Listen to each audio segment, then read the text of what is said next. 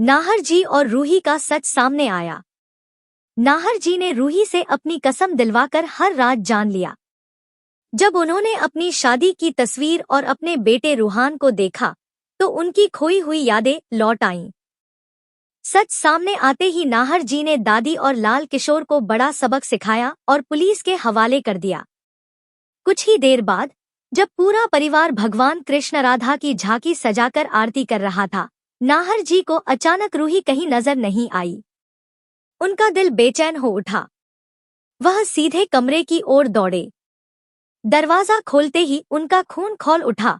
लाल किशोर जबरदस्ती रूही का पल्लू पकड़कर उसे परेशान कर रहा था। रूही चिल्ला रही थी, मुझे छोड़ो। यह दृश्य देखकर नाहर जी का गुस्सा आसमान छू गया। उन्होंने लाल किशोर की गर्दन पकड़ ली और दहाड़े, मेरी रूही पर हाथ डालने की हिम्मत कैसे हुई? याद रखना, वो तुम्हारी कभी नहीं हो सकती। लाल किशोर की सांसें रुकने लगी। तभी रूही ने घबराकर नाहर जी का हाथ छुड़ाया और लाल किशोर वहां से भाग खड़ा हुआ। लेकिन नाहर जी का गुस्सा अब रूही पर था। उन्होंने सवाल किया, तुमने उससे शादी के लिए हाँ क्यों की? वो तुम्हारे लायक ही नहीं। रूही तड़प कर बोली, आप होते कौन है मुझे रोकने वाले? आखिर आप मेरे क्या लगते हैं? नाहर जी का दिल टूट गया, मगर वह धीरे से बोले, मुझे नहीं पता हमारा रिश्ता क्या है, लेकिन जब भी तुम पर मुसीबत आती है मेरा दिल कांप उठता है। यह इशारा है कि हमारे बीच कोई गहरा बंधन है जिसे तुम छुपा रही हो। रूही का दिल डोल गया, पर डॉक्टर की चेतावनी याद कर वह झूठ बोल गई। हमारे बीच कुछ नहीं है, कृपया मुझे अकेला छोड़ दीजिए। अगले दिन दादी और लाल किशोर ने नई चाल चली। वे चाहते थे कि किसी भी हाल में रूही की शादी लाल किशोर से हो, लेकिन किस्मत को कुछ और ही मंजूर था।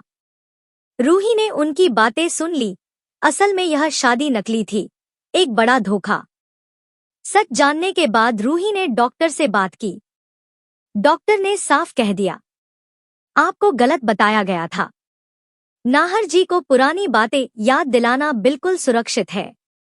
अब रूही ने ठान लिया कि सच्चाई छिपाना बंद करेगी। उसी रात वह कमरे में अकेली बोल पड़ी, मैं नाहर जी की पत्नी हूँ, उनकी नौकरानी नहीं। मुझे उन्हें सब बताना होगा। यह सब पर्दे के पीछे से नाहर जी सुन रहे थे। रूही ने पुरानी फोटो उठाई, जहां वह, नाहर जी और रूहान साथ खड़े थे, और रोते हुए बोली, मुझे किसी भी कीमत पर नाहर जी की याददाश्त वापस लानी होगी। तभी नाहर जी की आंखों के सामने सारे पुराने पल घूमने लगे। उनका सिर भारी हुआ और अगले ही पल सब यादें लौट आईं। वह बाहर आए और रूही को गले लगाकर बोले, रूही, अब कोई राज नहीं बचा। तुम मेरी पत्नी हो, रूहान हमारा बेटा है और अब हम दोनों मिलकर उसे ढूंढेंगे। रूही की आंखों से खुशी के आंसू बह निकले। दोनों का दर्द और प्यार मिलकर उन्हें और मजबूत बना गया। फिर नाहर जी ने दादी और लाल किशोर की असलियत जानकर उन्हें पुलिस के हवाले कर दिया। दादी ने पैर पकड़कर माफी मांगी, मगर इस बार नाहर जी और रूही ने उन्हें बिल्कुल माफ नहीं किया। आखिरकार नाहर जी और रूही फिर से एक हो गए। उनका रिश्ता पहले से भी ज्यादा मजबूत बन गया।